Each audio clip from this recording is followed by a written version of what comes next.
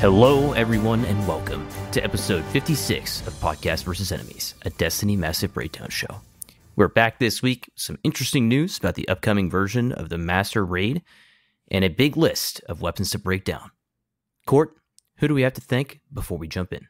Hello, Saint Impetus. Hope you guys are well. Yes, we have a brand new review this week. We have one from Junk Punch Jr. Just sort of big congrats and positives our way. Just talking about they're taking a little break from Destiny and make a triumphant return to Destiny in the future, and we'll be listening to all these episodes just to bolster their knowledge, and just says amazing support for our end, and also the Discord as well. Thank you very much for that. We do have a new patron to talk about this week, who is also a sponsor. We don't have a completely up-to-date list this week, but I will say that A Modern Viking, thank you very much for being a brand new sponsor. And our previous sponsors, we've got Binary Wolf, Black Hammer Tech, Bryce Aroni, Askian Monk, Deacon, Moonlight, Shazo, This Moment, and Zenzo Cow. Thank you, everyone. Thank you very much if you're a sponsor and a patron, or if you're just a listener. If you want to get in touch with us, make sure to get over to our DMs on our socials, over on the Discord as well. Don't hesitate to reach out to us if you've got any questions or ideas for builds. We're all happy to talk about Destiny. We do use Chartable to aggregate our podcast reviews, so this may take a little bit of time if you're a non-US listener. Alternatively, you can just reach out to us and send us your review that way. We also want to extend a special thanks and appreciation to everyone that supports PvE, whether that is downloading and listening to our show, discussing it in the Discord server, or supporting us via Patreon. Speaking of Patreon, if you'd like to support the show that way, please visit DestinyMassiveBreakdowns.com and click on the link to Patreon. You'll get access to members-only channel in Discord, behind-the-scenes info and input on the future of this show, plus access to our legendary annual merch drop. You can also check out our sibling podcast that dives into the PvP sandbox, that is Destiny Massive Breakdowns with Ill Physics and Lego The Flash. Alright, Impetus, what are we talking about this week? Well, you know, we've had a pretty big PvP week this past week. We had Trials, of course, and then Iron Banner, so we thought we'd dedicate this entire episode to talking about the Immortal SMG, the God Rolls, you know, perks to keep an eye out for, since apparently everybody and their mother got it, well, at least in my lobbies. Gosh darn it. No, we're not doing that. Don't worry about it. We'll get to Immortal at some point, but that will not be today's episode. Today's episode, we're talking about the March 23rd TWAB highlights. We've got the hotfix 7.0.0.6, and the actual weapons we'll be talking about, which are going to be what we're loosely calling the Foundry weapons. Of course, the Core 4, but then also all of the new weapons with the field-tested origin trait. And again, that's not the Immortal SMG, don't worry. So, yeah, the Season 20 Foundry weapons is the group that we are breaking down today. We got 8 weapons for you guys. We'll be touching on all 8 of those very shortly. But before we get into that, I want to touch on housekeeping, podcast updates, and of course, what we did in Destiny 2 last week. We are trying something new. We did start this last episode, but we are continuing it because we want to hear what you guys think about it. So normally when we do our weapon breakdowns, we assign weapons and, you know, have one of the 3 of us break them down individually without much commentary from the other 2 hosts. But we started to switch things up. Last episode, we did go through, all 3 of us, every single Defiance weapon, that season of the Defiance weapons, kind of as a trio, providing different perspectives from input, subclasses, comparisons, synergies, all that good stuff. So if you enjoyed that, if you did not enjoy that, we're asking for your feedback, and we're giving you a heads up. We're going to be doing the same thing in this episode. So let us know on social media or Discord what your thoughts and opinions are about this approach. We are trying to switch things up. You know, we plan to do something a little bit different going forward, but we're still working that out here. We did get some good feedback from our patrons in regard to this change when we asked them this past week. So we're going to keep with this going forward, but if you want to throw your opinion in the ring, please let us know. All right, what did we do in and out of Destiny 2 last week? I think I know the answer, but I'll start off for myself here. On Monday night, I did grind out Trials of Osiris by myself.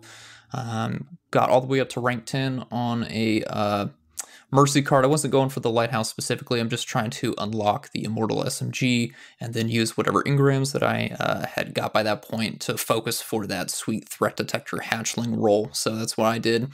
Felt like it made some pretty good improvements to my PvP skills. There's not much there to talk about, but hopefully that will change as the season progresses, as the year progresses. I did get that threat detector hatchling roll. Very excited. Haven't had much time to play with it because the next day on Tuesday, I ran a Root of Nightmare and got my 5th and final Red Border Rufus's Fury crafted. So I've been leveling that up all week in the small amount of PvE that I've been playing, because we've also had Iron Banner this week. So I did one full reset of that as well. I've unlocked the Iron Remembrance armor set for my Hunter for a whopping total of 15 engrams. So it does seem like, as it stands right now, you'll probably need to do a full reset of Iron Banner if you want to unlock some of the older Iron Banner armor sets, which, in my opinion, as a PvE mostly player, that's way too expensive, but I digress. Saint, what were you doing this past week? Yeah, also just kept playing Trials. I was cued in on the fact that there's been like some slight changes where you can still get adept versions of weapons to drop when you're at 7 wins, even if you have a flawed passage, which is really nice.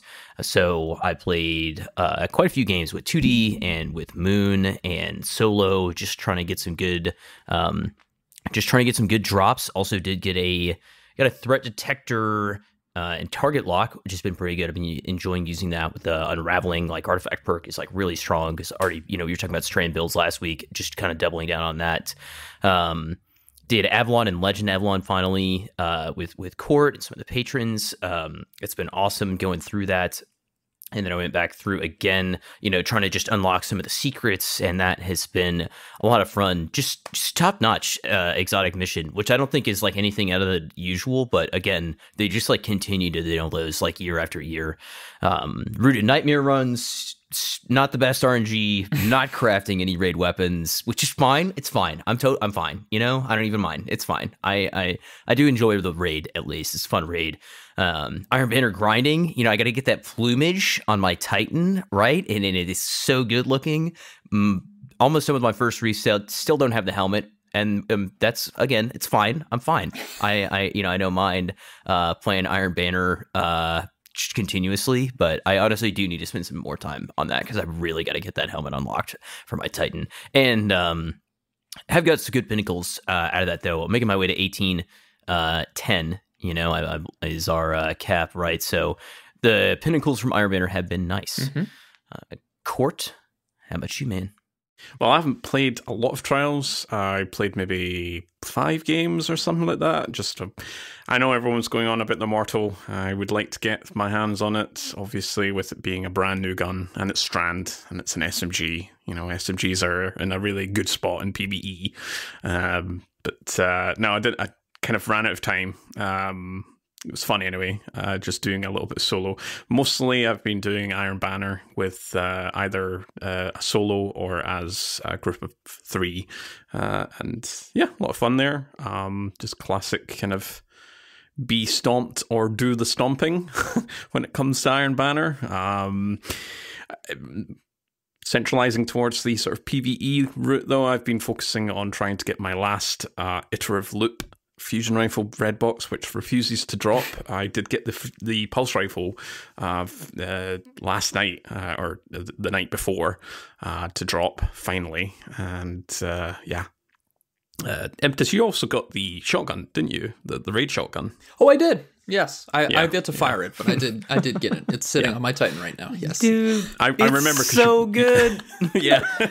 So yes, the full house here. We have the raid exotic shotgun, and I'm sure we'll give her kind of much fuller impressions when we do our raid breakdown and for the weapons as well.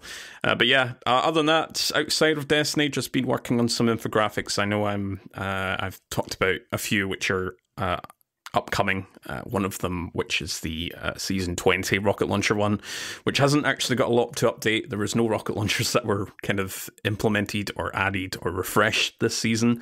The only two really that come to mind are Bump in the Night is no longer directly acquirable, but you can still get it if it's being sold by the gunsmith or Zur, and then Two-Tailed Fox, which had a catalyst. So I don't have much to add. So hopefully that'll be out sometime, maybe a few days after the podcast, because I do have a little bit more work to do with some other infographics.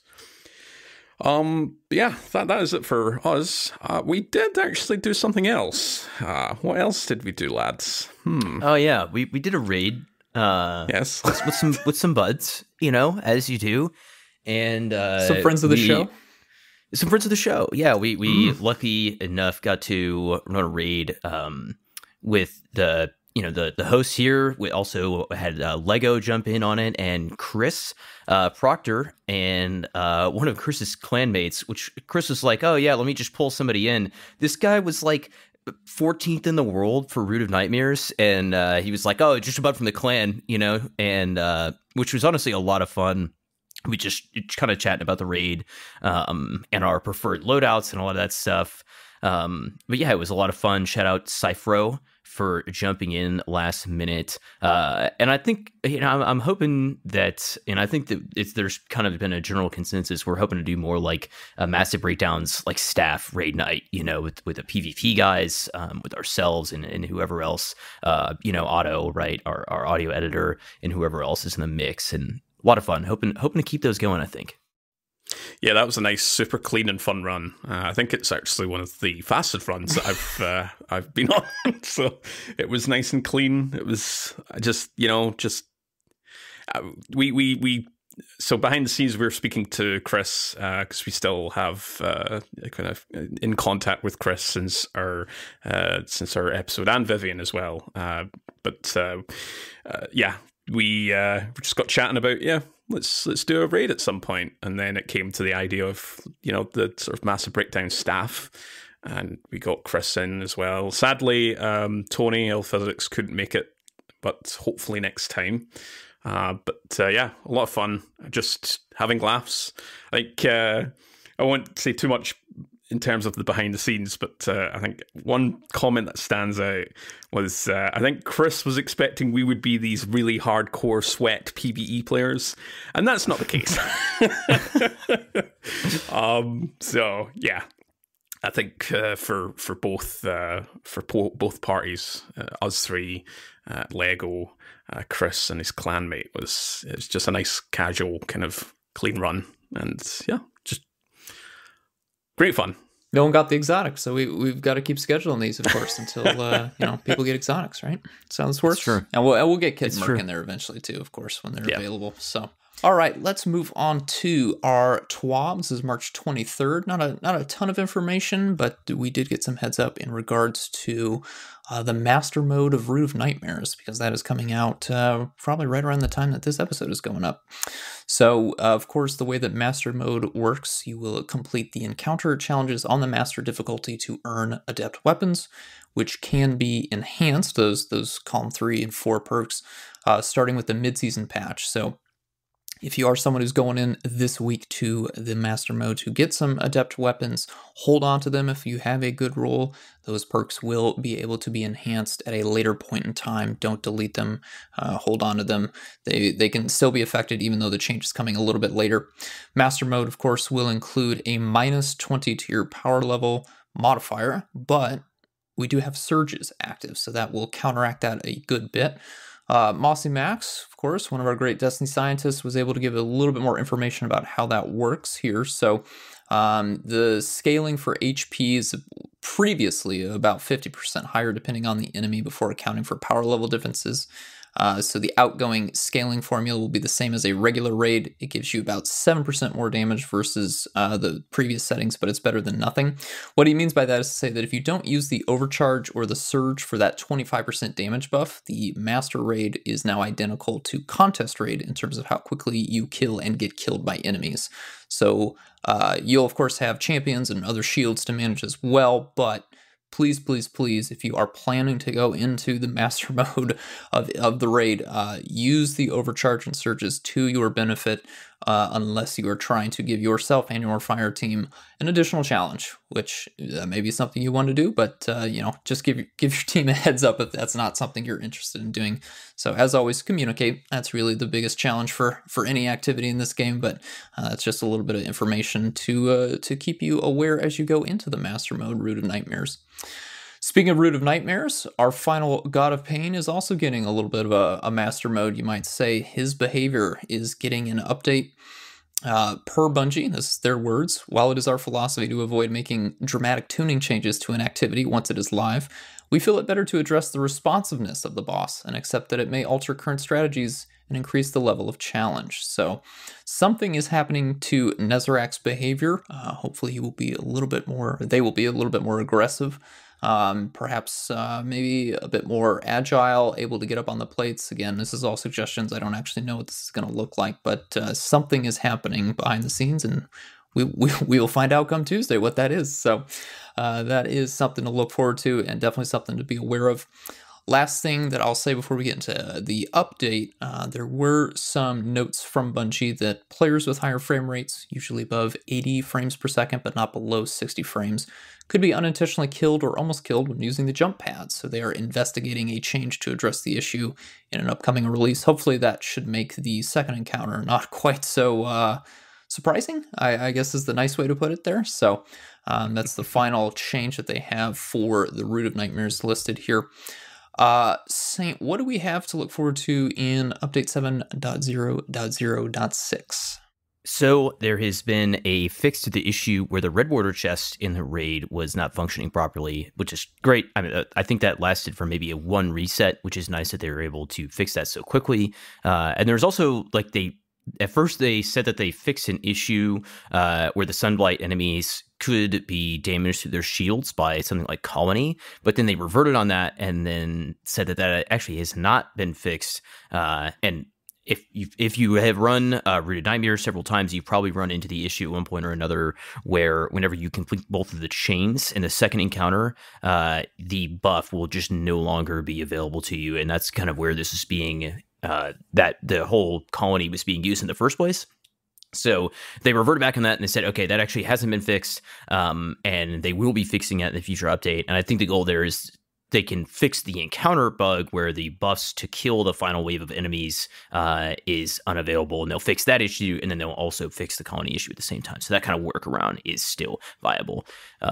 They fixed an issue where Cabal Threshers were dealing more damage than intended.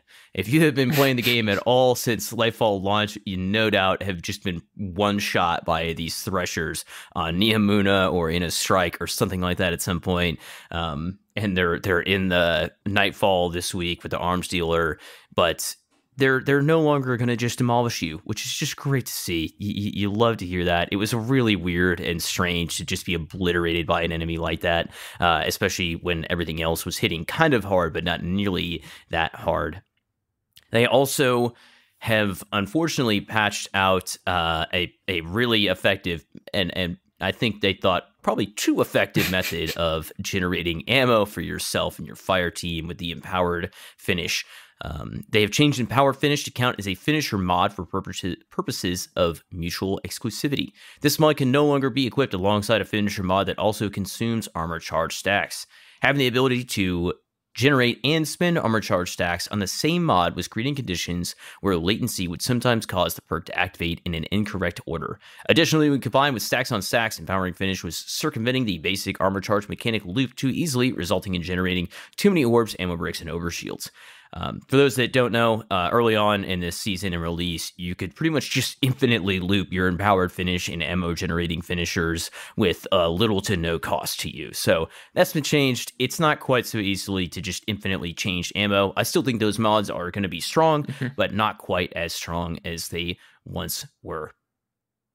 All right, the final bit of info here, Court, you want to talk about, we got some tweets kind of previews about the sandbox for PvE in general here from the D2 team on Twitter. Yeah, so this is related to the mid-season patch. They haven't really, at least from what I've read, they haven't specified when this patch will be going out, but we are fast approaching the mid-season. We are, for when this episode comes out, we'll have a week left, and then GMs come out, which will mark the actual mid-season point for this season. So not sure when the patch will go out, but yes, so we're talking about a balance pass coming for primary weapons. It doesn't include nerfing SMGs, which I think there has been a lot of commentary from kind of the wide netcast of community members. So they just wanted to clarify that, well, they aren't nerfing SMGs and PvE to bring them into parity with other weapons. They are buffing other weapons. So I think hand cannons and pulse rifles are, at least what we've discussed in prior episodes, are two weapons that need a little bit of help. I think, I want to bring in Graviton Lance for a lot of my my sort of high-end content, but as fun as it is, it just doesn't quite hit those damage numbers compared to just using an SMG or an auto rifle or a special weapon. So yeah, much needed. When it comes to PvP, obviously, I know Physics and Lego will be talking about that over on their podcast, but they will be addressing Ikelos and Tarba separately for the PvP sandbox. But yeah, looking forward to a nice kind of touch up to some kind of left behind weapons. I think at least my biggest worry was that SMGs, while they aren't completely mandatory in every type of content, they are definitely the thing that you want to take into everything. Doesn't mean they're super powerful. I am one for maintaining that we don't power creep everything into each other, but I don't think SMGs are in that kind of territory. I just think, hand cannons and pulses just need a little bit of help. So looking forward to that. You guys got any kind of comments related to what the team said here? There's just one thing that I'll add, and I think it was earlier this week, we were going through a master arms dealer for the first time, right? Trying to get a feel for like the in-game kind of sandbox, right, these days. And I was using a Void pulse rifle and what was that? A Grid Skipper, right, with like Frenzy and something else on it. And I just picked it up real quick because it, fit seasonal mods that I could use and capitalize on with my whole build and volatile flow and all that. And it just really felt bad to be using a rapid fire pulse in PvE. And I started thinking back to like some of the combatant multipliers and things like that. And I'm like, oh man, that's right. This thing is like really weak, and it doesn't feel great. And then to pretty much, yeah, I guess this is just a couple days before they had tweeted out talking about the primary update. It feels good to see, right? Like it feels like they're pretty tuned in with the feeling of Lightfall and all that stuff. So, yeah, I'm excited to hopefully see hand cannons and pulse rifles much more back on the menu in game PvE. Yeah, definitely the legendary variants. It's pretty jarring to have an exotic primary, pulse rifle shredding away on the lower tier, not quite the highest tier like Master and Grandmaster, but Legend difficulty with that 40% bonus against minor enemies, and then you swap over to your legendary pulse rifle of choice, and that massive damage buff isn't there anymore, and it's like, oh, yeah, okay. I'm gonna be here for a while. Give me a second, guys. Okay. Any second now it'll fall over. Any second now. All right, that's one drag down. Let's go on to the next. It's so, yeah, it just does not feel like much of a power fantasy. So very excited to see what buff is coming, because we'll take anything at this point, especially for pulse rifles. All right, speaking of pulse rifles, should we get into the Foundry weapons? Yeah, speaking of a pulse rifle, which doesn't really take into consideration of its own the combatant multiplier, it is Battle Scar. But before we kick off, this is obviously our Foundry weapons breakdown. So it's just our usual array of weapons that are attached to the Foundries. We do have, technically, I guess, this is a brand new Foundry-esque kind of thing, is field tested. It not only rolls on Battle Scar, which is the one I'll be talking about shortly here, but it does roll on some of the Nightfall weapons. I know that Scout rifle and Conjuring it rolls on and malicious Buzzard. too, right? I believe so, yeah. Yeah. So this rolls on other weapons, but exclusive. If you want to just take this as exclusively only rolls on this particular weapon, which only has one origin trait, it is Battle Scar. In terms of the origin trait here, I'll just give a quick recap. It's still something which is kind of data collection and testing is ongoing. There's a lot of kind of things happening here in regards to what it's doing and what it's increasing. So defeating targets or dealing damage with this weapon gradually increases its range, stability, handling, and reload stats. Swords gain increased charge rate and guard resistance. So this stacks up to 5, but it does take a considerable amount of time to get there. In PvE, and for specifically primaries, it takes 51 hits to get to 1 stack. 151 for 2, 351 for 3, 651 for 4, and 1001 for 5 stacks. And that is hits. So you need 1001 hits for your weapon. That's just primaries. These might be a little bit off. I know in PvP it is a lot different. I think these stacks come in a lot faster. So we're not entirely sure if this is intended behavior for PvE sandbox, because 1001 hits on a pulse rifle going to be there for a while. A lot of magazines go through before you get to times 5.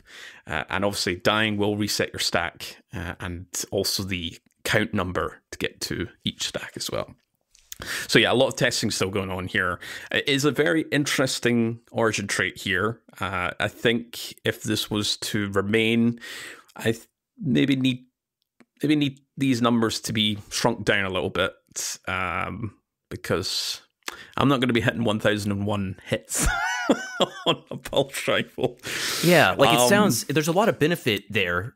Like Yep. potential is really high, but it's just not, it's just never going to happen.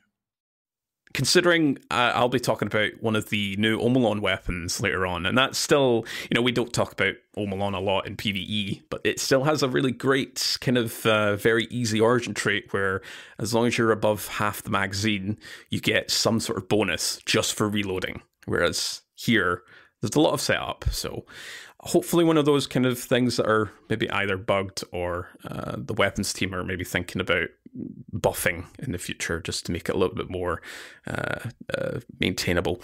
Anyway, so Battle Scar, which is the kinetic lightweight pulse rifle, that is a 450 RPM. The frame bonus here is that you get plus 20 mobility and 6.25% forward movement speed bonus. To put that in perspective, that is half the amount you get for the arc amplified speed boost. So plus 20 mobility, as long as you have that weapon equipped and in your hands, you will have that plus 20. So if you want to really spec into kind of synergizing with your builds, just take that in consideration. If you're like me who likes to min-max, then keep your mobility as a hunter at 80 if you're bringing this into the battlefield. So this actually enters pretty bare bones market, so to speak. It's previous, we've got a few previous here. I think it's not really fair to compare it with the Solar Ogma PR6, which is the Witch Queen Omolon weapon, and the Stasis Stay Frosty Dawning weapon. So its direct competitor here is the Chattering Bone, which is from Last Wish, but it doesn't have any origin traits, so Battle Scar does have pretty low stats across the board. We've got 28 range, 44 stability, 66 handling, 56 reload, 67 aim assistance, 17 zoom, and 54 recoil. So pretty low stats. And the stats, while they do get buffed, the stats that matter, they do get buffed by the origin trait. Again, it's a lot of build crafting. There's a lot of kind of work you have to play into to get these stats to be in a really great shape. So yeah, eventually you'll have nice stats after 1000 hits.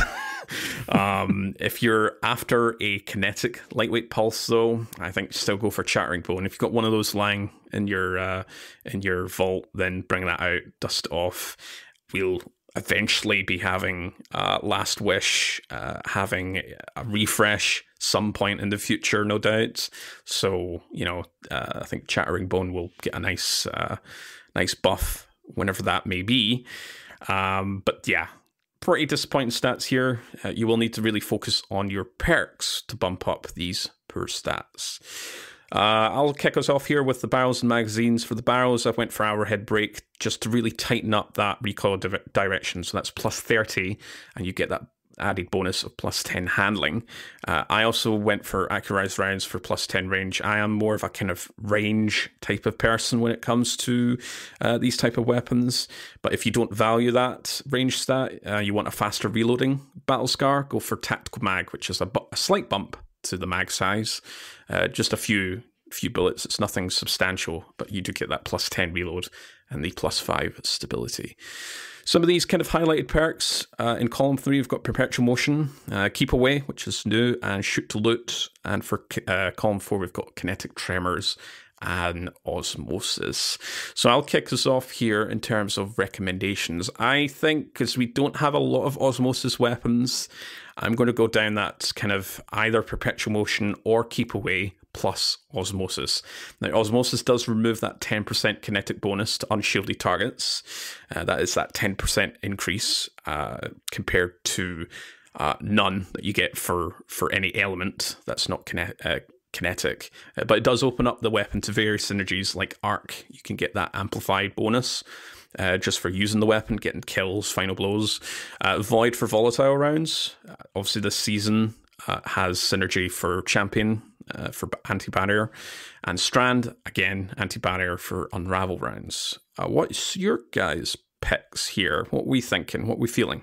I'll say, like, kind of my unusual pick is everybody should have a shoot to loot weapon, like, in their vault. And this is like not a super common trait, and it can be really valuable in some like in-game situations. I know, who was it? I think it was Pigeon, who's a Destiny streamer. I was watching a clip from him this past week where he's going for like a flawless raid run, and he has a couple ammo bricks spawn right over by like one of the raid bosses, and just like swaps over to a shoot to loot weapon real quick, shoots 2 or 3 ammo bricks, and is like ready to go for a DPS base. And now I get that that's a niche thing, but I do think that everybody should have like at least a shoot to loot weapon in their vault.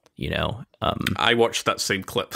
yeah. So yeah, shout out to Pigeon there. I completely echo with you, Saint. It's very, to be honest, when that originally came out, shoot to loot perk, I was like, I don't really want this. This isn't necessary. This isn't mandatory. But for scenarios like you've just mentioned, they are very useful because in a flawless run, or if you're doing some sort of challenge, low man, anything related to like dungeons or raids, a perk like this is S tier compared to something like Perpetual Motion. You're not moving around a lot if you're doing a flawless. you're staying put. Yeah, but other than that, I mean, Keep Away feels great because this thing's got a lot of range. Kinetic Tremors is like, interesting. I think there's a few other weapons we'll talk about later on in this season that have Kinetic Tremors that may be able to capitalize on that like a little bit better. But yeah, I don't know. Impetus, what about you, man? What are you thinking? Yeah, I mean, as it stands, Battlescar is the only pulse rifle in the game with Kinetic Tremors, so that's the most unique perk. That's what I would probably gravitate towards. Yeah, I mean, shoot to loot is every time I do my first ever run or first ever attempt of a solo flawless exotic mission, I'll get about halfway, a third of the way through, and it's like, what am I missing here? Why is this? Oh, I forgot to bring my shoot to loot primary, and then it's open up dim real quick, make sure I'm behind cover, swap over whatever I have that's got shoot to loot on it, and go about my way. So there's definitely a use case there.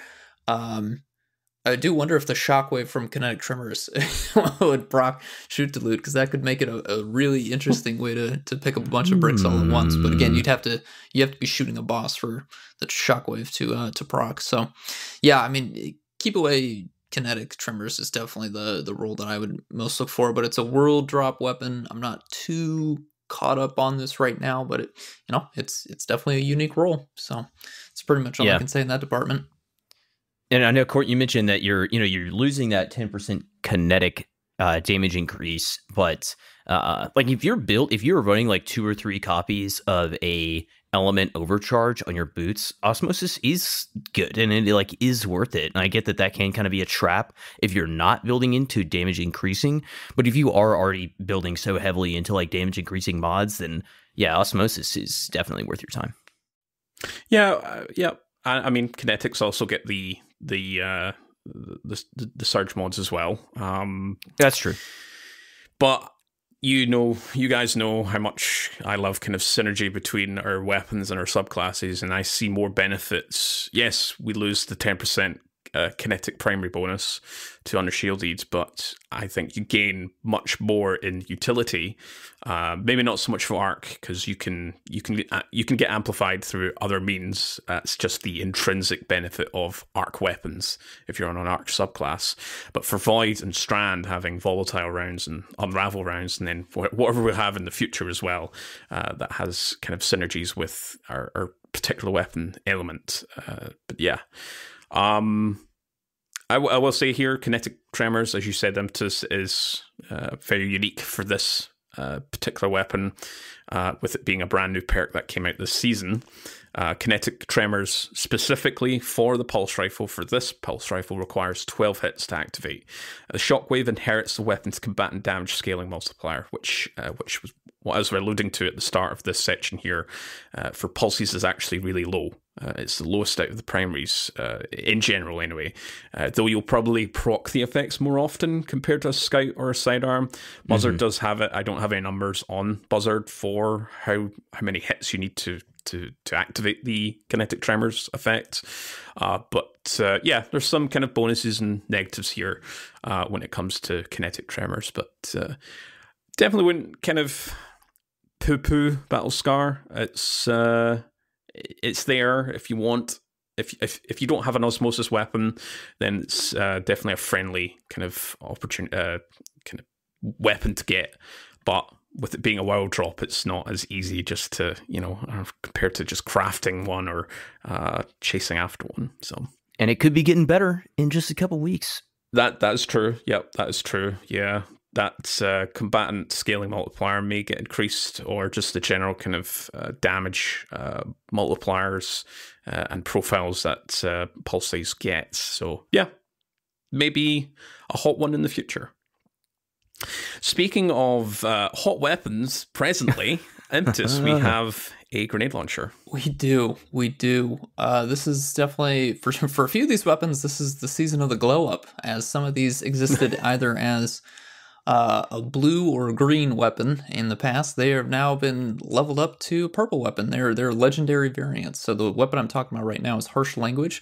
This is a Void waveframe grenade launcher. I believe this used to be a rare grenade launcher when it debuted. Probably, I think it was at the start of Destiny 2, if I'm not mistaken. But way before my time. But it's new and improved. This is our second Void waveframe grenade launcher. We had Deafening Whisper come out in Season of the Hunt, all the way back in Season of the 12 here. Surprisingly, though, Harsh Language, not too hot on the stats. I mean, it's a world loot weapon. I think that's probably expected, but compared to Deafening Whisper, which is 2 years old at this point, it's still lacking. So we are sitting at 73 velocity on Harsh Language. That is middle of the road compared to the other three waveframes. We've got 20 stability, that is the lowest, 66 handling, also the lowest, 65 reload speed, that is also the lowest here. And again, I'm comparing it to Deafening Whisper, Explosive Personality, and the current King of the Hill, Forbearance, from the Vow of the Disciple raid here. So Harsh Language, not too hot on the stats. It is a small stat band for each of those core four there. So the lowest isn't too tremendous. Sorry, I should say the loss isn't too tremendous. But the nice thing is Harsh Language does have some very modern perks, some quite nice columns 3 and 4 to prop up those poor stats here. So it's still a quite competitive weapon. Don't worry about that. When it comes to waveframe grenade launchers, we've got a default blast radius of 100, so I don't typically touch that at all. The two stats that I do look for when it comes to our barrels and mag is velocity and handling, and then I typically rely on a column 3 perk to help with my reload speed. So when we're looking at barrels, what I want to recommend is going to be quick launch. That's just direct help for the velocity and handling, 10 to velocity, 15 handling. That's really, in my mind, the best pick here. I would also take Smart Drift Control. That's just a lot of boosts to a bunch of stats, which of course do include velocity and handling here. Don't want to hurt my blast radius at all. So when we look at rounds, I am going with high velocity. That does give me a boost to my reload speed, which is nice. I don't want to go implosion rounds because that does hurt my blast radius stat, and there's no need to do that. So that is my recommendation for barrels and mags. Column 3, we have some juicers. There is a lot to love here. You've got Threat Detector, Wellspring, Field Prep, Envious Assassin, Stats for All. Honestly, you could make a case for each of these in various situations here. I think there's probably a few that maybe are a little bit more valuable, but these are all excellent perks here. Threat Detector works really well with waveframes because you have a very hard time of hurting yourself. So if you do get some enemies rushing you, especially if it's more than one enemy, just pointing at your gun at the ground and firing it towards them is really nice if they get close, because you can take them out and don't have to worry too much about blowing yourself up as you would with a breech-loaded grenade launcher. So I definitely think Threat Detector could come in handy if you want to be really aggressive with crowd control. You've got some excellent damage rounds, damage perks in column 4 here. I was looking at destabilizing rounds when I said that. That is our new volatility perk, Void 3.0 synergy perk here. Excellent choice. We've also got Adrenaline Junkie, Disruption Break, Repulsor Brace, and Golden Tricorn. I mean, really a stellar damage perk. So many different options. Really don't know how you can go wrong even as a world loot weapon. I mean, there's going to be some synergies pretty much with every drop you get. You'd have to do work really hard to get unlucky in these columns 3 and 4 is what I'm trying to say here. The builds that kind of stood out to me, obviously we've got some excellent Void synergy here, so let's start there. If you want to go a more offensive Void synergy, destabilizing rounds, that's going to be really, really strong here. Again, as a waveframe, you got 1 in the mag, so Envious Assassin seems to be a very, very helpful perk here. You can get up to 3 in the mag if you do Slay Out with either your heavy weapon or, in this case, your primary weapon. So I would definitely use that if you want to get 3 rounds of destabilizing waves to make everything volatile that's in front of you. That could be very effective. Conversely, if you want to go a more defensive route, you've got Repulsor Brace there. And again, I would probably pair that with Envious Assassin, get three waves that can give you an overshield, a void overshield for 8 seconds, as long as the target that it kills is void debuffed, which, if you're running on a void subclass, that should be easy to do, but if you're not on a void subclass, you might have to work a little bit to get to the void debuff. But again, if you're running in a fire team, somebody else can debuff the target. That will be a very quick and easy way for you to get that void overshield for 8 seconds. So again, a lot of different ways to take this depending on which way you want to go in the void section here. As for general crowd control, again, like so many of these damage perks just work well for crowd control. Adrenaline Junkie, Golden Tricorn, again, if you're on Void subclass, pretty easy to get to ×2 on Golden Tricorn here. So I really, it's hard for me to point out one specific crowd control combo and say this is the one for you, but looking at columns 3, it's, Envious Assassin for those extra shots, Field Prep is going to be excellent, Wellspring is going to be excellent for getting ability loops back quicker, Stats for All, super easy to proc on a waveframe. Like, guys, do you have any specific combos that you're looking for? Is it just kind of like, we're going to see what lands and we'll try it out, For me, probably, destabilizing rounds, but I think Golden Tricorn, because Void has a really great time proccing that second tier. I do have a weapon later on which recommends Golden Tricorn, but on a stasis subclass, which doesn't have as much kind of freedom to go from 1 to 2 stacks. But there's some really juicer perks in here.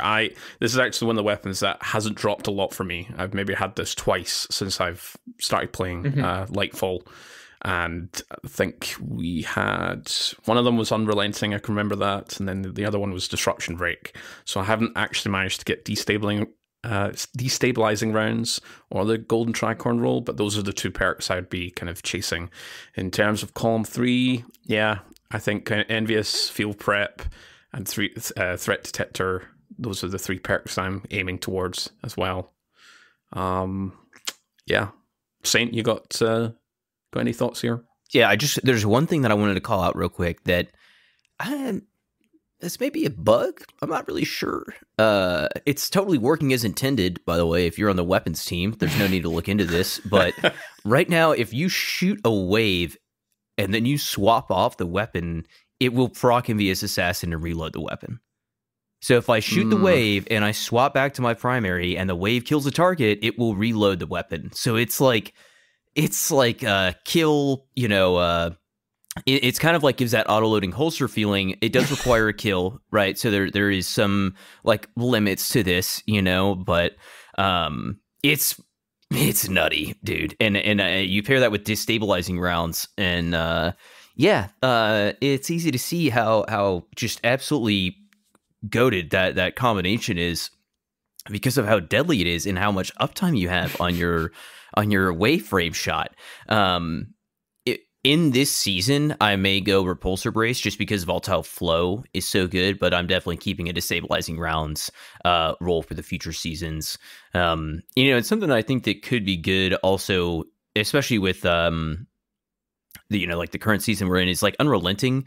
Unrelenting gives 80 hit, 80 health points, right? And is like pretty strong health like regen perk when you're going for a super strong survivability build.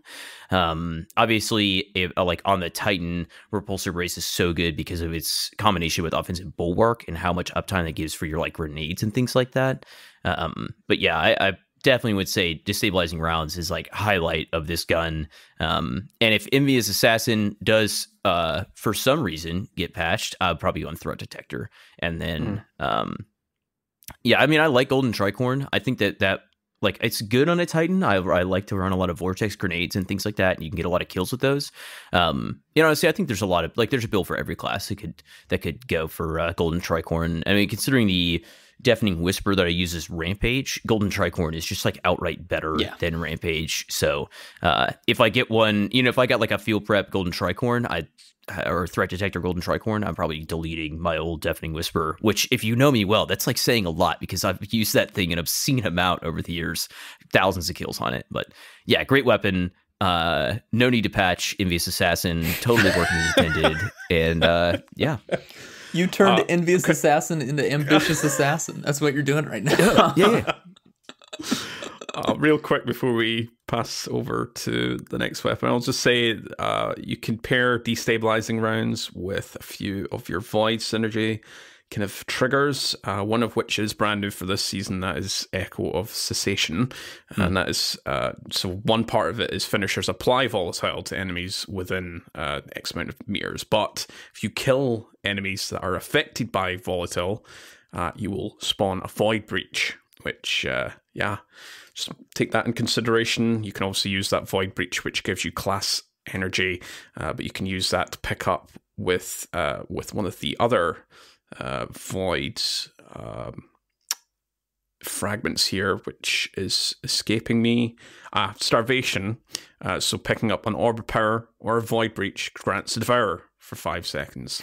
I know for my fellow Hunter friends and my Titan friends, Devour isn't as easily accessible compared to Warlocks, but that's a nice little synergy. Of course, Hunters do have Stylus Executioner. When you kill a Void debuffed enemy, they go invis, and you can do various synergies and loops with that I've discussed previously, and I will discuss in the future as well.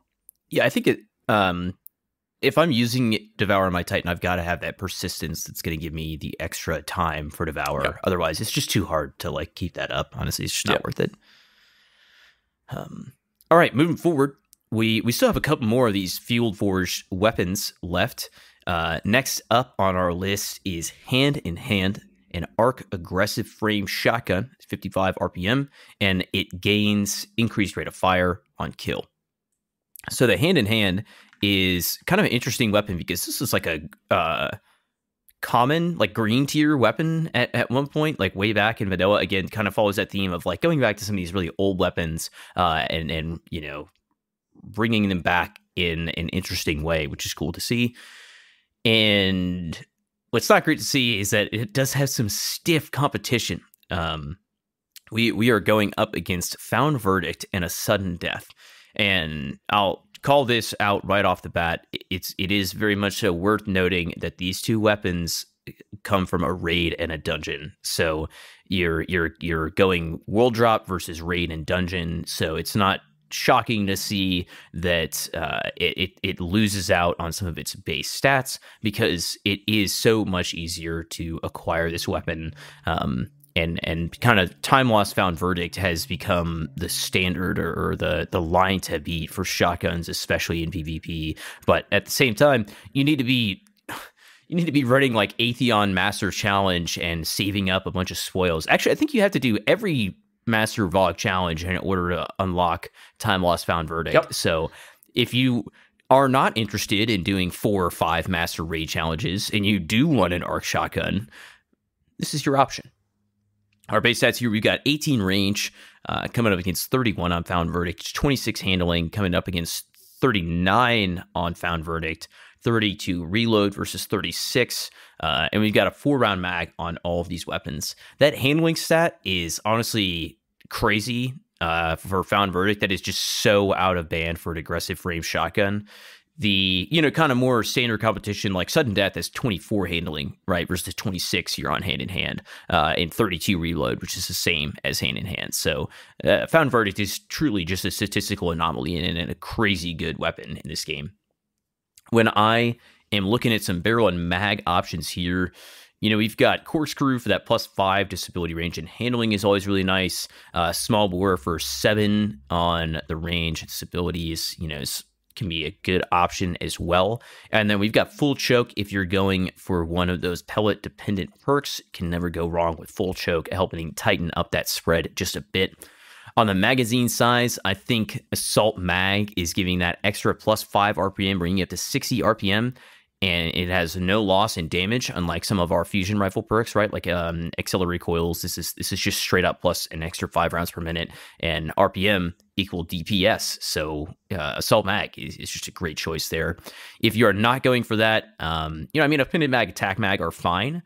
I don't think that in PvE going for something like accurized rounds is really going to be worth your time for the increase in range.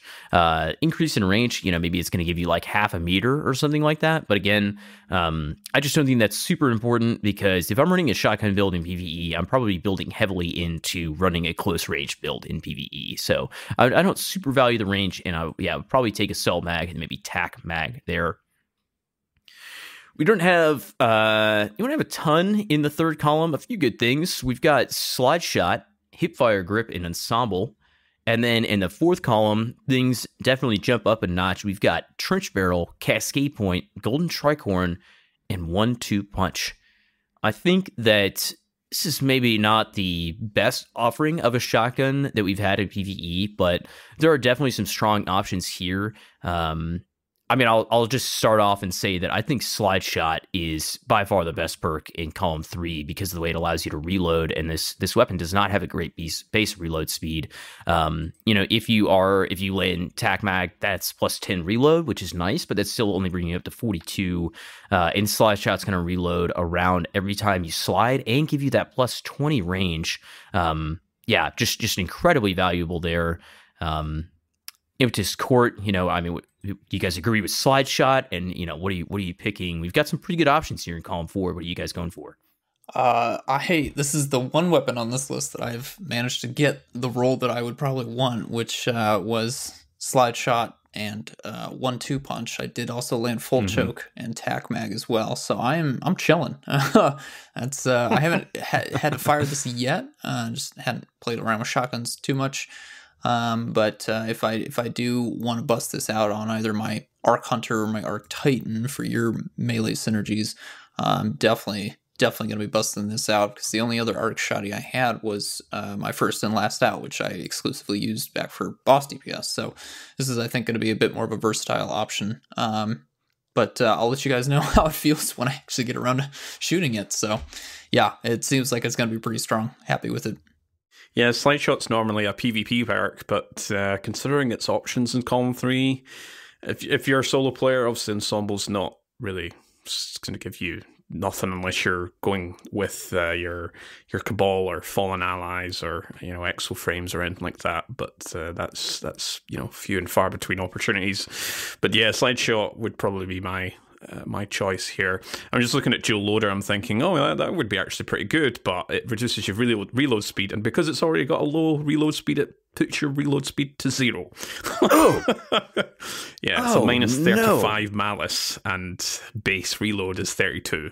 So there's no negative reload speed. You don't go into negatives, but you would need a perk to kind of help out to take you back off the 0 reload, which is kind of sad. I'm sure dual loader, if I'm not mistaken, came out pretty nice, and then they did nerf it. If I'm not mistaken, that was a while ago. There was a bug, and then they patched the bug, and it was of. functioning as intended, and then nobody picked it. Last I remember, I thought it was not supposed to show up on a lot of weapons.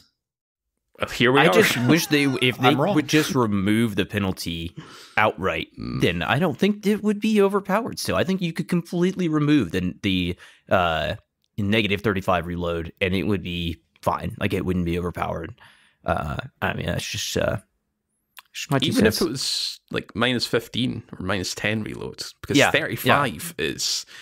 a lot of these weapons normally kind of come in at base 35, 40, 45, so it really tanks your reload. And I suppose there's maybe a net gain there, and if you pair it with some other perks where you kind of,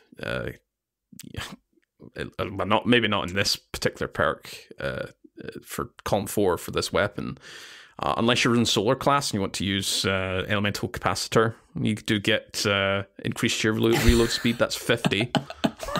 But anyway, I'm kind of stalling for time here because, I don't have much to say. I'm not a big shotgun friend when it comes to at least shotguns in PvE, unless it's an exotic shotgun. I don't really have much kind of picks here. I think Slideshot and either Golden Tricorn, again, Arc's a really great pick to cross that threshold from tier 1 to tier 2. Very easy to get grenade or melee kills with those subclasses, or 1-2 punch would be my picks. I feel like Arc Titan, if you're using something like Skull Fort or whatever your build may be, and honestly Arc Hunter has a lot of really high uptime powered melee builds. Slideshot Golden Tricorn would definitely be my pick if I'm playing on the Hunter build. Titan, I'm probably going with the role that Impetus mentioned, Slideshot 1-2 punch. If you've been playing Titan for a long time, you probably know the trick of where you can sprint to activate your melee ability being up, like any kind of shoulder charge ability or anything like that. And then when you slide, you can shoot your weapon and then have a brief moment where you can still activate that shoulder charge ability. And being able to slide into that, getting that extra bit of range, helping you land that shot, especially with the shotgun slide nerfs being reverted, is really nice. I think I have a Wastelander that is my usual weapon that I use for that combo, but I would definitely use this thing if I got a Slideshot 1-2 punch combo and could put that back into my Arc build. Maybe a Skull Fort build could be a lot of fun. Same thing with Golden Tricorn.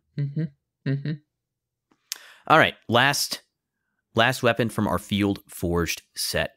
Yeah, and I wish I could recommend this weapon, but unfortunately there's nothing unique to this. We are talking about the Nasreddin. I don't actually know how to say this. This is our Arc Adaptive Frame Sword. It's an uppercut heavy attack that is stronger with full energy. That's our frame bonus for the Adaptive Frame Swords. The other 2 Arc Adaptives that we have in the game are both craftable. They are the Half-Truths and Bequest, which comes from a raid and is similarly spec'd out. It's kind of interesting. So Nasreddin does fare better than Half-Truths statistically, but it does, of course, lag behind Bequest. Nasreddin does have a 62 impact. That is 2 higher than kind of the standard 60 impact. Unfortunately, Bequest is all the way up at 70 because it gets to be super special.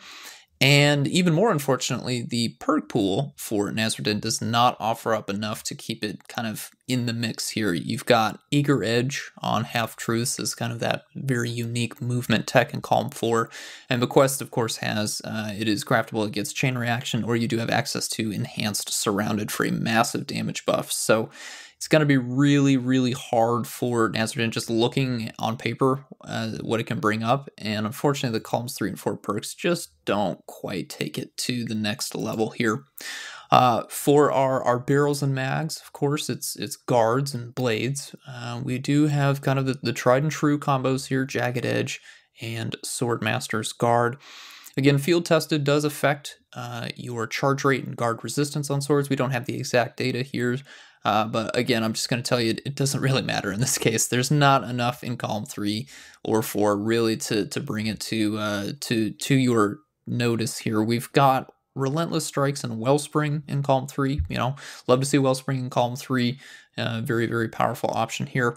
Column 4, you do have Surrounded. Again, this isn't craftable, so you can't take it all the way up to that super juiced damage buff that Bequest gets. You've got Whirlwind Blade here, so you can, of course, pair that with Relentless Strikes for that kind of classic sword combo, but that's by no means unique.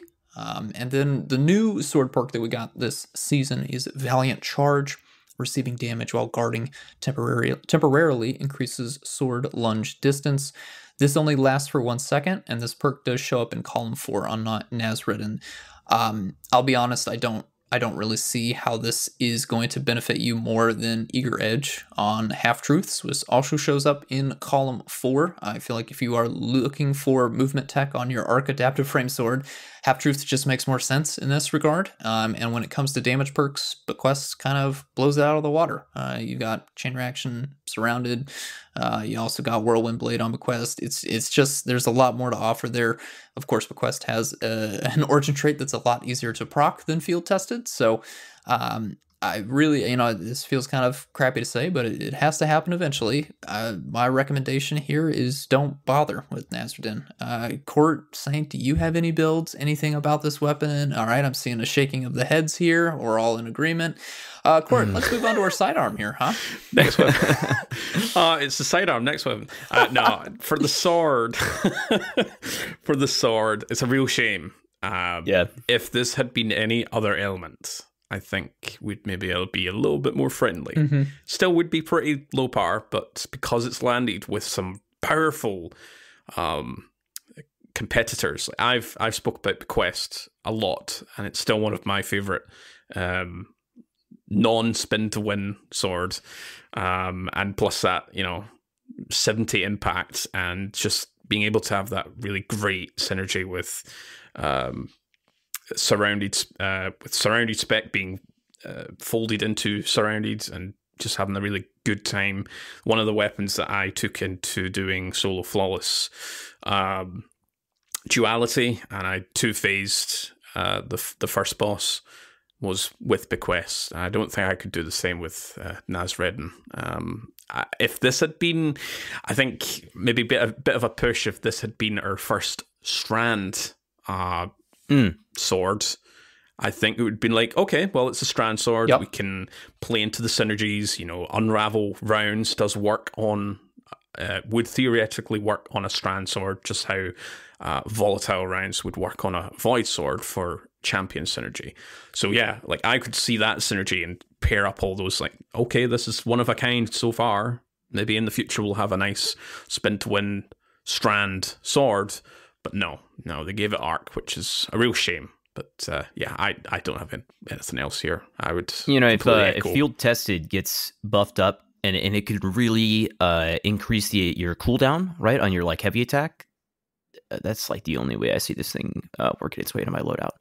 Plus, you got Hero of Ages, which is one of my favorite weapons. I absolutely love the old school look of the Hero of Ages, and it's got really strong perks on it. So yeah, it's just hard competition to beat out.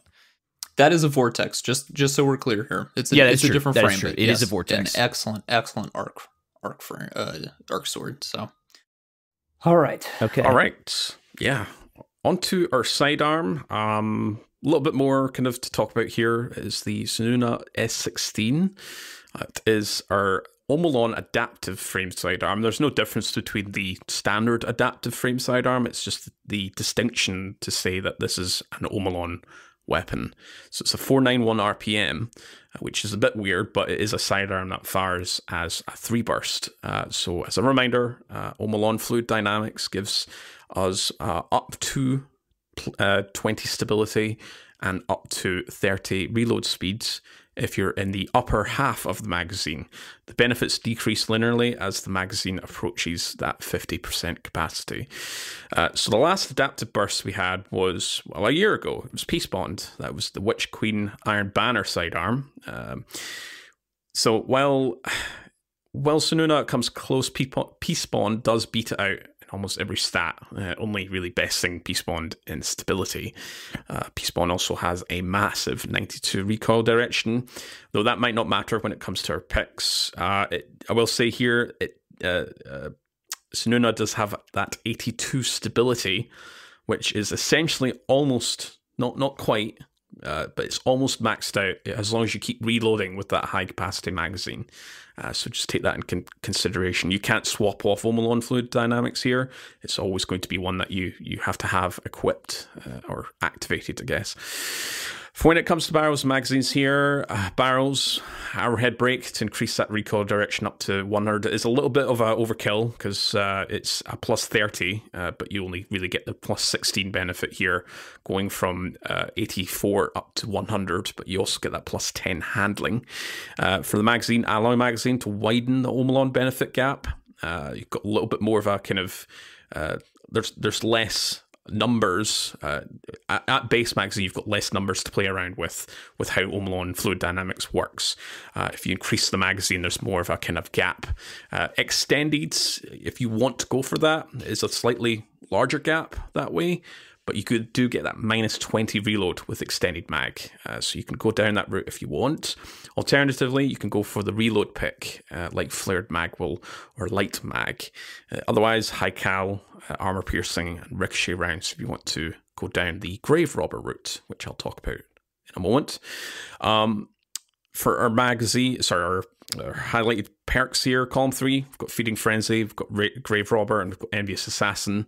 And for column 4, we've got Headstone, Golden Tricorn, and Pugilist. For Master Work and weapon mods, we've got Minor Spec, just to squeeze out that kind of power.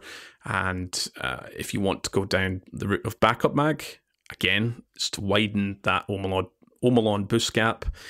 You can do so. Otherwise, just go for Minor Spec. You're not going to be using it against bosses and majors. Masterwork, entirely up to you. I think stability and handling aren't really needed just because of our picks and the origin trait. So go for range or reload speed.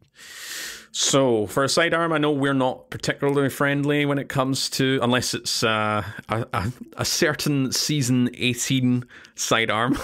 I won't mention the name just so I'm not getting leered at by my fellow Warlock host. High close SMG. That's what he's talking about. Okay.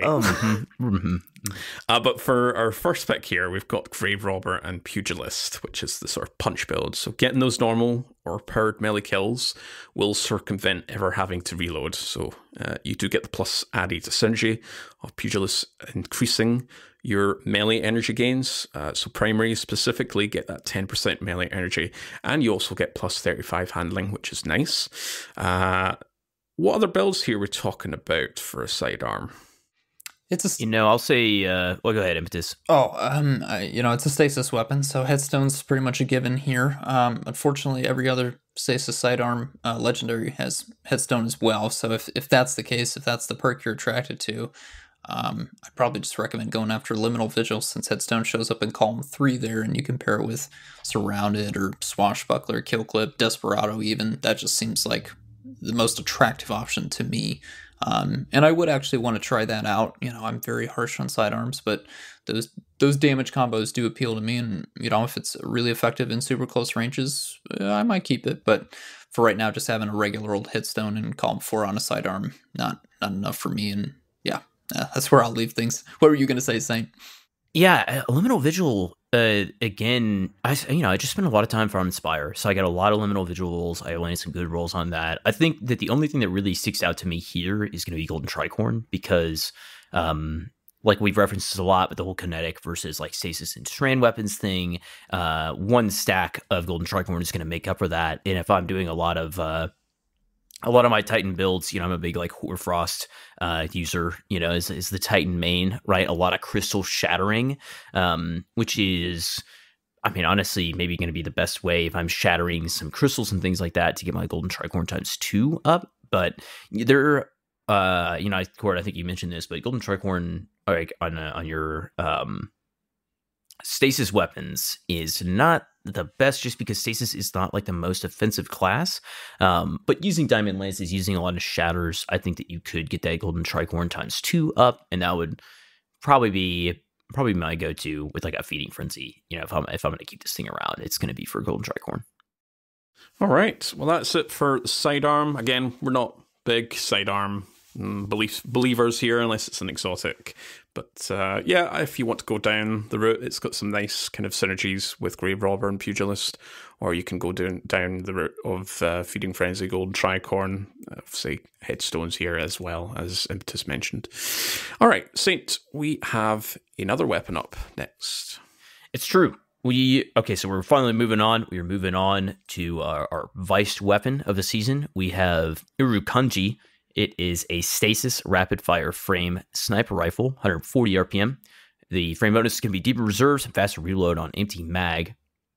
And I think this is it's worth bringing up Vicestinger, right? Vicestinger was maybe the strongest PvE origin trait, or arguably, one of the stronger PvE origin traits, and it's been nerfed pretty hard. So in its current state, Vicestinger is going to refill 25% of the magazine from reserves on activation, and that has a 7-second cooldown.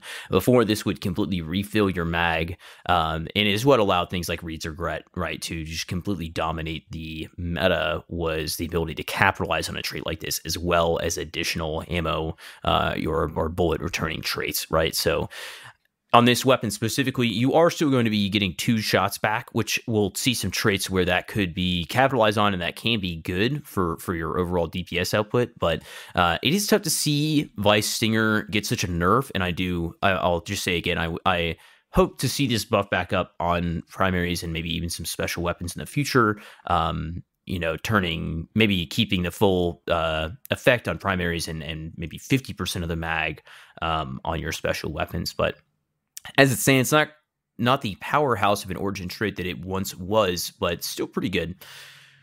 When we take a look at some competitors, we don't have another stasis rapid fire frame, right? So we're comparing to a couple of kinetic rapid fire frames, and this is going to be kind of similar to the shotgun that we were talking about a minute ago, in that it has some very strong competition, but at the same time, both competitors, Impetus Revenge and the Supremacy kinetics, are going to be coming from raids, right? So these are just harder weapons to obtain and have such a higher kind of bar that typically is allowing their stats to be higher. Going through some quick stats here, we've got 33 range versus 32 on Supremacy and 34 on Impetus Revenge, so not much deviation there. 35 stability versus 40 on Impetus Revenge and 38 on Supremacy. And then 63 handling versus 70 on Impetus and 68 on Supremacy. 56 reload versus the 63 on Impetus and 62 on Supremacy. And then 6 rounds in the mag on all of those. So, I mean, statistically speaking, it is the worst stat package overall, but honestly, most of those bands are within 2 to 5 points, in some cases just 1 point of each other from weapon to weapon. So not a massive amount of deviation there, even though it does not have the strongest stat package. It does have that kinetic versus stasis kind of argument on the damage overall. So we're going to need some damage perks to help kind of make up for that. And luckily there are some there. Before we get into that, I'll say that I think that on the barrel and mag, I'm probably looking for some stability, or some recoil direction. We're sort of a base recoil of 55. Arrowhead break is going to really pump that up to 85. It's also giving extra handling, which you don't really need at a base of 63. And if I'm not going for that, or if that's not the focus, I'm definitely going for stability for just easier repetitive shots on target, which is where you're going to need to be hitting for the snipers to shine, as well as just better fringe resistance. You get something like small bore or polygonal rifling are both strong options there. For the magazine, tack and appended give a little bit more forgiveness on proccing some of your bullet or ammo related perks. And then you also got flared, right, for 5 stability and 15 reload speed. All right, jumping into our main traits. In column 3, we've got Envious Assassin, Keep Away, Shoot to Loot, Rapid Hit, 4 times a Charm. And in column 4, we have Firing Line, Headstone, Focus Fury, and Harmony. All right. There's a couple things that are jumping out to me here. Court and Impetus. What is the role do you think that it's going to take for this thing to beat out Impetus' revenge here? I'll let Impetus go ahead first. Okay, all right. It's probably going to take 4 times in Firing Line. Put out a lot of shots. You know, if you got those 2 or more allies nearby, every shot's going to be hitting harder. That's the one for me. Banshee was actually selling this combination a few weeks ago, so I did pick that up. He had an option of Appended or Tac Mag, which took me up to 7 bullets, which is perfect for 4 times, as I can proc second round once I get those first 4 in, so I can get it to proc twice total. That's going to be huge for me. And then, of course, Fight Stinger kicking in when it does is also just a cherry on top, really. That's what I'm looking for. I would accept Rapid Hit, too. Extra reload speed, extra stability is going to be nice. I have tried to fire the thing. They do kick really hard, so I was struggling to hit all crits, which is necessary for Firing Line. So, that's either one of those is pretty much what I'm jumping out for. Keep Away wouldn't be the worst thing in the world, but extra bullets or faster reload is kind of the name of the game for me. Yeah, for the very reason why I would maybe not recommend 4 times the Charm is what you just said there, where it can be pretty hard to land those precision shots. I'd pair 4 times the Charm with Focus Fury. Those perks work together very nicely, but if you cannot land those shots, you're not getting much benefit, so you might as well go down a different route, whether that is with Firing Line or combination of like Envious Assassin plus something else, or Keep Away plus something else. I will say these particular weapon models, the sort of rapid fire frame kind of viced snipers always look crazy. They just look completely bonkers, and I'm kind of happy to see them back because it's been a long time since we've had kind of very wild looking sniper rifle. As I'm looking at the preview screenshot, very green as well. Yes. Yeah, it's certainly a viced weapon. Yes. They're putting their namesake out there. Impetus, you mentioned Distant Tumulus, right? Which it could also, a Distant Tumulus could roll like Clown and Firing Line, but it didn't have my Stinger, which is like the one knock against it. And I think that's like the one place where Urukanji starts to shine. And then also when we look back at Predits, you have a really strong perk in good old Wewine Wounds here, but you have Frenzy, and we don't have any Firing Line with Predis, right? So that kind of is like able to make up a little bit of the gap there if you're not going in, right, to Vault of Glass, like you're not reading. It's a fine weapon. I don't think that even something like 4 times Rapid Hit and Firing Line it's going to take a sniper buff a little bit in PvE for that to shine, I think, in a damage phase, because of the crit requirements and just how much that is asking of you to put out good DPS with a weapon like this. I'd agree. Yeah. Maybe one day we'll see. We shall see. All right. Well, one weapon that isn't super meta, but did get a buff coming into this season, I should say, would be the Marsilian C. That is our solar rapid fire frame heavy grenade launcher. So rapid fire frame bonus there would be the deeper ammo reserves and the faster reload speed when your magazine is empty.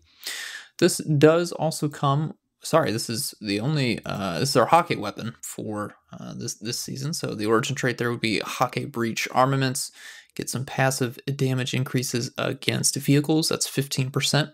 Turrets, barricades, Ward of Dawn, Well of Radiance, they receive 30% damage buff, and then Stasis Crystals get a 45% damage buff here. So, yes, Threshers are getting toned down, but if you still want to, repay a few of those deaths that they got you with, those sniper shots, you can throw the Marsilian at them and take them down a little bit quicker there. This is a solar weapon, so when I was thinking of things to compare it to here, we did have, what was the name of that one? All the way from Season of the Lost, Canis Major, that's what it was. That was the last solar one that we got here for the rapid fires. This is an interesting one. So if you look in-game under your crafting recipes, you will see Marcelian Sea listed there. It will take 1 deep site resonance of this to unlock it for crafting. To our knowledge here, it is not available yet, as in no one has gotten that red border to drop. So that's of this recording, that is. So assuming it's coming at some point, we don't know when, if there's like a quest or some sort of seasonal challenge that's coming in later in the season. We're not entirely sure, but this is a craftable. This is our only craftable weapon for this batch of weapons this episode. So want to keep that in mind here. I bring that up to say that for a craftable gun that may or may not come from a quest or some sort of seasonal challenge, it does have a surprisingly low stat package. It's a weird one here. So there's not, I think of Amit and Taipan of being the last time we had something that dropped from a quest or a seasonal challenge being craftable. They had pretty competitive stats for their respective archetypes. So that's not the case with Marcelian Sea. Marcelian Sea does have the perk pool to kind of similarly match those two kinds of weapons, but not really on par when it comes to the stats. So I would say that it's the best solar rapid fire, again, compared to something like Canis Major, but definitely not the best overall, especially when we have something like Caraxus waiting for us in the Root of Nightmares raid, which is also a rapid fire, but strand. So we'll break that one down at a later point in time, but that has the most dominant stat package for rapid fire frame grenade launchers at the moment. When we look at barrels and mags, there's kind of a question we need to ask ourselves. So this does roll with explosive light. That is going to max out your blast radius stat here. So if you are rolling with explosive light in column 4, that's your perk of choice here, there's really no need to touch the blast radius stat. And so in that case, I'm probably looking at something like quick launch, smart drift control for my barrels. If you want to go for a perk like Incandescent, which also shows up in column 4, then we might want to look at our blast radius stat, in which case I'd probably look at Confined Launch. Volatile Launch would be a great option there. So again, this will be a case when you do eventually get to the point where you can craft this and you're trying to think about what goes in column 1, you might want to look at your column 4 perk, whichever is the most desirable there. So bring that up to say, just be thinking about that. For column 2, you've got spike grenades. I think that's probably the one that a lot of players gravitate towards.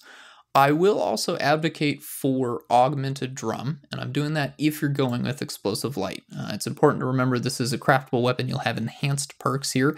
Enhanced explosive light gives you an extra stack of explosive light. That takes it from a total of 6 to 7 stacks possible. And augmented drum adds 2 to your magazine to bring that magazine of 5 up to 7. So that to me is a bit more of a nice synergy there over spike grenades, just to get that, take advantage of that extra stack of explosive light without having to reload first. So again, I think if you're going for something like Incandescent or a different damage perk, go with spike grenades. That's going to be an excellent option here. Moving on to column 3, the 2 perks that really jump out to me, Field Prep, Envious Assassin. I think those are going to be really, really excellent options here. You've got Stats for All as well and Perpetual Motion. Stats for All would be a pretty easy one to proc. Perpetual Motion, it depends on how aggressive you want to be with this kind of weapon. They're useful perks, but I think, again, if we're thinking of like all types of players, all types of play styles, Field Prep, Envious Assassin, probably going to have the most amount of buffs for those kinds of players. Moving into column 4, I've already talked about Incandescent and Explosive Light. You do have Vorpal Weapon. That's a 10% damage buff on heavy weapons.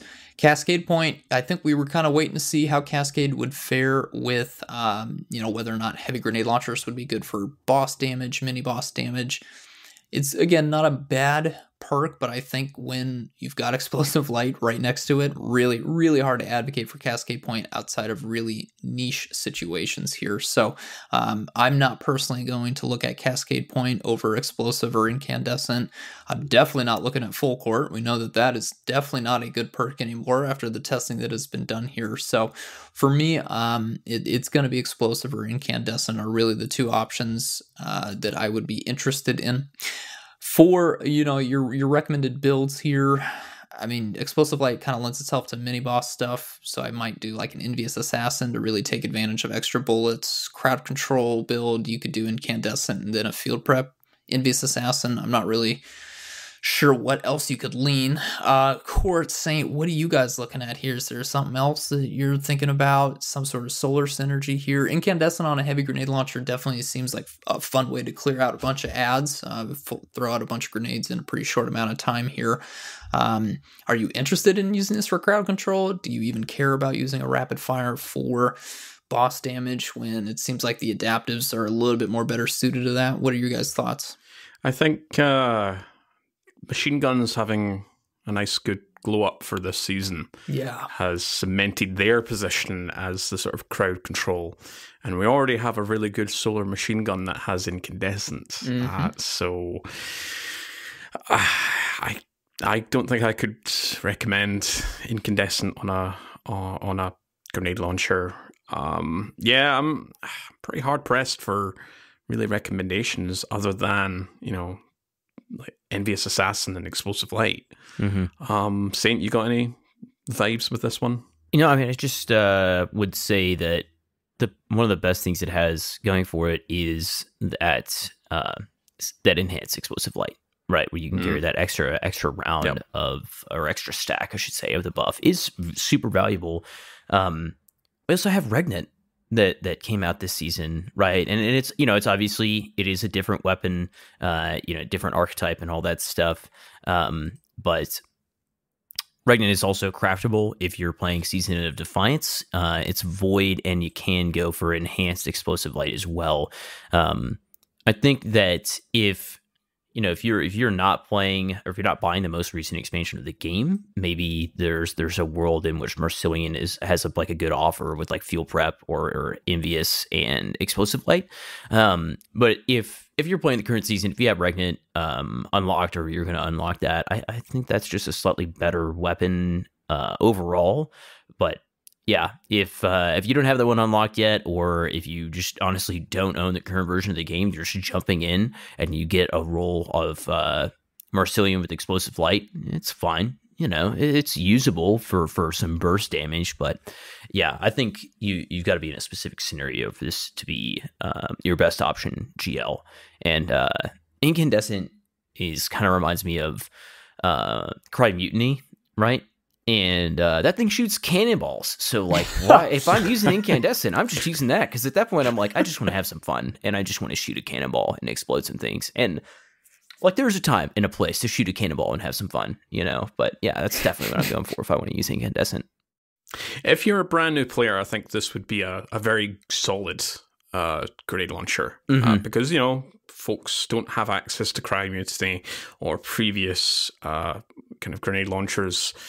Regnant has also launched this season, so if you're buying into the season, then you can craft that. But if you're brand into the game, or if you're not a big believer of grenade launchers, you don't really have any in your vault, then I think this has potential with it being craftable. That's the major plus to land in your whether it's your vault or it's your inventory for equipping. For kind of low and middling kind of content. I think that's the only really big positive I can see for us. Obviously, we've got our grenade launchers. We've farmed many before. We've got our Wendigos. Now we've got our Regnants. So we don't really see much purpose in this. But I think it would be fair to put the perspective on the lower end of the scale for Destiny players that this probably has some utility for you. And again, I forgot about Explosive Light having that +1 when you're enhanced with Regnant, and it's the same here for Marcillion. All right, one weapon to go. Very apt, may I add, because this is the second Celtic reference weapon.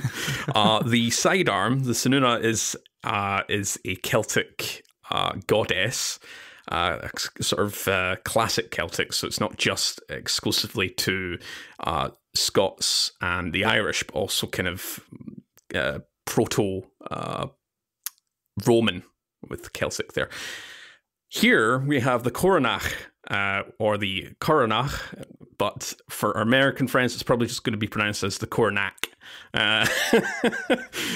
It is the solar adaptive frame auto rifle. I just want to point out that what this means. A cornach is a funeral dirge sung or played on the bagpipes in Scotland and Ireland. Oh, that's my reference here. Yes. Yes, it's a solar adaptive frame. It's not a bagpipe, unfortunately. It's 600 RPM. There's no frame bonus here. It's an adaptive. We have Source Synergy, which is actually a really strong one in PvE. So reloading grants 6 seconds of plus 40 handling and also plus 20% flinch resistance. So we're going to make some comparisons here. It's joined some very classic examples, may I add. We've got the Summoner and we've got Gnawing Hunger, which is our only current example of a Void auto rifle that's released anytime soon. So 42 range versus 40 on the Summoner. Gnawing Hunger has 48, 38 stability versus 41 on the Summoner, and 43 on Gnawing. 41 reload versus 56 on the Summoner, and 57. So really a huge gap for the reload speed here.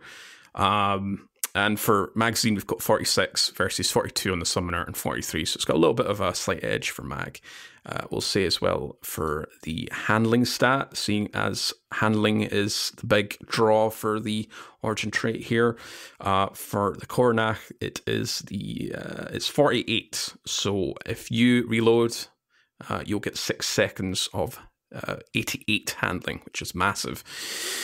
So overall, it is generally beaten out by the pretty old loot pool options, but again, make it up for the origin trait here and some more kind of up-to-date perk pool. The barrels here, again, I'm going to recommend Arrowhead Break just to maximize that recoil direction. At base level, it's 73, so it will maximize up to 100, plus you'll get plus 10 handling. So we're looking at 98 handling. A lot of handling going on here if you're swapping between weapons. Also improves your aim down sight speed as well. For magazines, I'm going to actually kind of ask my fellow hosts here, what mags are we looking for this particular weapon? What's the magazines? I know we're not in a PvP environment, so it's not as imperative to look at magazines as an important stat for this particular weapon. But what are we looking for? What's the vibes? I mean, that reload is low, so yeah, Flare Magwell looking pretty good. Yeah. It's been a while since I've used it in adaptive auto. I'm trying to think of how many times I would get to the bottom of the magazine there, because we do have alloy on there as well, and that multiplier to the reload duration can be quite nice. I can't think of it specifically for me, so I'll probably just say flared is definitely going to be there. Light mag too. I'm not going to be picky. It's a world drop. I'll take what I can get. Yep. But yeah, if I ended up with extended or appended as my two options, I think I'd probably just have to trash it on out of principle. It is bad. Oof. Yeah, really, really bad speed there compared to our competitors. But yeah, I would follow my host's guidance here. Flared Magwell would be a really good preference here. In terms of our column 3 and column 4 slots, we do have some nice perks here. We've got Surplus, we've got Feeding Frenzy. Feeding Frenzy obviously helping to improve that reload speed if you want to go down that route. We've got Zen Moment here. Now, I know flinch resistance isn't really as important compared to PvP, but being able to stack up flinch resistance perks is quite a rarity. And, in certain environments, if you're, very ad-rich, ad-dense, encounter or room. I know the exotic quest for the Excalibur gets some really very, very heated encounters with a lot of ads, which can really throw off your flinch. So Zen Moment, very good for our console players here. If you're on a controller, Zen Moment is one of those kind of classic perks. Maybe not so much for those that use mouse and keyboard, but like I said, being able to stack up flinch resistance from the origin trait plus from Zen Moment is certainly something that if you're struggling for kind of keeping that flinch down, you could stack those up. Plus, Zen Moment's still got the classic kind of reduces recoil, reduces reticle bounce, visual weapons shake, and general weapon recoil as well. Envious Assassin is here. That is kind of the, if you want to highlight a particular perk that we've seen from all these weapons, Envious Assassin. Column 4, we've got Incandescent. That joins obviously the ranks of Amit AR. Obviously that's a precision. And it's got its own intrinsic benefits with the frame, but adapters do not. The Kornach does not have that. But yeah, Incandescence here. We've got Target Lock. That's been receiving a lot of commentary recently. We've mentioned Target Lock and how it works with individual weapons, and Mr. Rock DC over on Reddit has a very great breakdown if you want to know the particulars of Target Lock. We've got Adrenaline Junkie, and we've also got Cascade Point. So how are we feeling? What's the builds for this particular weapon, Impetus? Man, it's unfortunate. I really think this weapon could have benefited from Demolitionist in Column 3. It's the Column 4 is fine. Incandescent, Adrenaline Junkie, even Target Lock, great PvE options there. But for Column 3, I'm really only looking at Feeding Frenzy. Again, I play on mouse and keyboard, so the benefits of Zen Moment aren't as valuable to me. I don't value them as much. Envious Assassin on a weapon that has 46 bullets at base, that's just too high for me. Again, I'm not really looking at Envious Assassin for primary weapons. It's just doesn't strike me as the best option. And if it does end up being the best option in Column 3, I think that weapon in particular would be in trouble. So, Feeding Frenzy, great perk here, but I just wish I had a little bit more synergy, especially when Amit also gets Incandescent. It's a precision frame, so it's a great shooting experience, but the purple on that one was fantastic. We had stats for all, one for all. That's just a great combo for in-game PvE. You had things like the newly buffed at the time Ambitious Assassin showing up. That also got Adrenaline Junkie and Incandescent in Column 4. For me, that being a crafted solar auto rifle, that's kind of covered my bases up until this point. And looking at Kornach, I think I'm gonna have to stick with Amit. Not a great recommendation, obviously, but that Column 3 is really holding it back for me. How about you, Saint? Yeah, I like the idea of like Zen Moment and Target Lock have like a really nice built-in synergy, right? As I hit more bullets, I'm gaining stability, I'm gaining flinch resistance, and my damage is ramping up. That's really only going to shine. I mean, that would shine like in PvP, obviously. That would work well with like Alloy Mag that we were talking about a second ago. And that like Target Lock is a perk that's going to shine more and more as you go into higher and higher end content. So if you're in a solar build, I think that's like the one reason that I would pick this over Amit, like you're talking about, right? It's like Zen Moment and Target Lock, because I can beam things down if I'm using like a solar surge. Maybe that could start to help me, especially if again, going back to the whole conversation at the beginning of the episode, maybe auto rifles like get a little bit of a buff in PvE, then like I can see a place for this, depending on how like 450s and 600s continue to stack up against each other. But yeah, if it's not Zen Moment and Target Lock, it's got to be Feeding Frenzy, Incandescent, which is nice. It's solid. This kind of goes back to the conversation of the previous weapon of, if you were not like super actively playing and in a couple seasons past, you didn't get this weapon, then this is like a great way you could get a Feeding Frenzy Incandescent roll on this AR, and you're kind of making up for maybe what you lost a few seasons ago. So I think that's definitely a gap that it fills. I would love to see Demo and Adrenaline Junkie. That's so uncommon. I think there is only one auto rifle that I can think of off the top of my head that has that combo, and it also comes from Prophecy, and it's very hard to farm because it comes from the Cube Room Encounter, which is... Rip Last Breath. You are a great kinetic auto rifle. Horrible Last encounter. Breath. Also gets Demo Osmosis. Just a side combo, but man, that thing is so good. Really, it's very strong. Would love to see that dungeon get an origin trait update or slight update to its loot pool.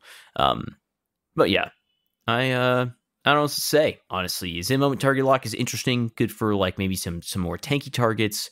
If you missed out on Amit, then like a feeding frenzy incandescent is a solid way to make up for that. Yeah, I think comparing it to the Summoner and Gnawing Hunger, but in actuality, we're actually comparing it to Amit.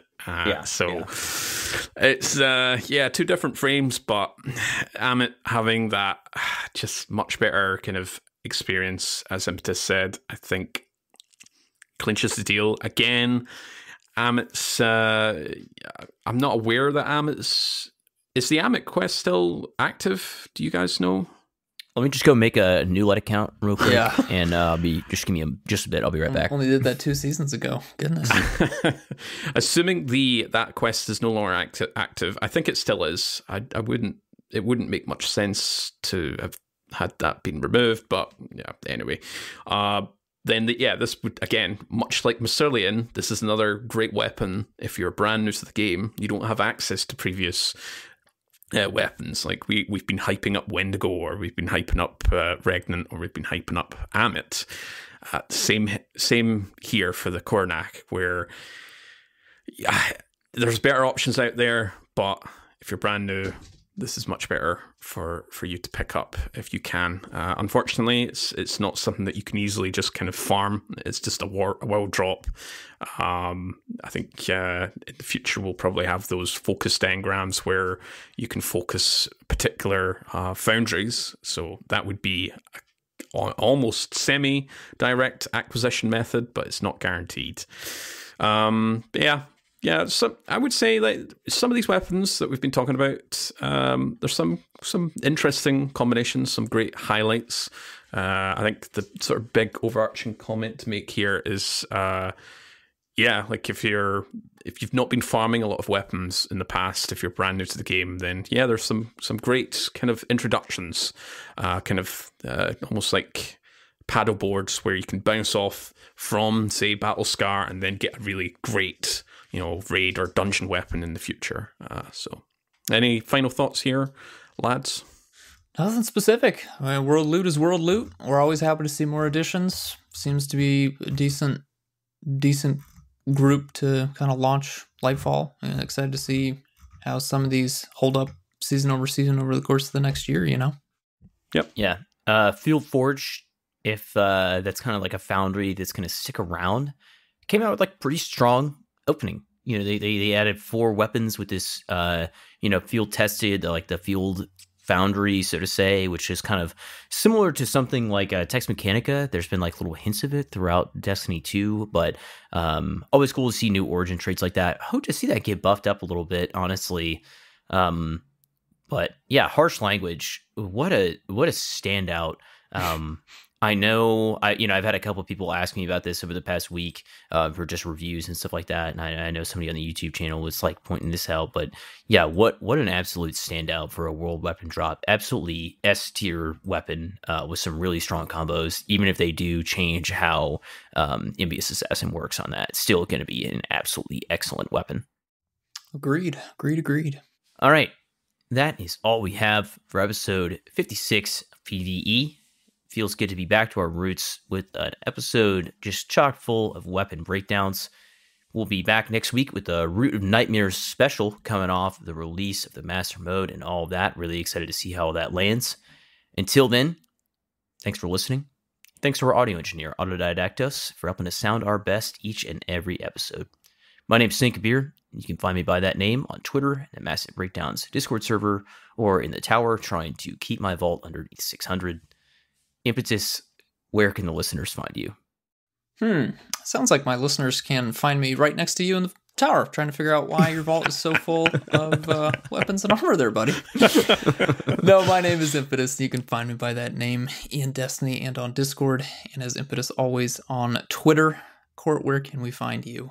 You'll also find me in the tower eating some popcorn as these two are looking at their vaults, and Impetus is yelling at, why do you have XYZ? But you can also find me on Twitter as @CourtProjects and over on the Discord server. And you can find my infographics and spreadsheets and other great science projects, spreadsheets and applications that can enhance your Destiny experience over on the Massive Breakdowns website. Thank you for listening. We'll see you next time.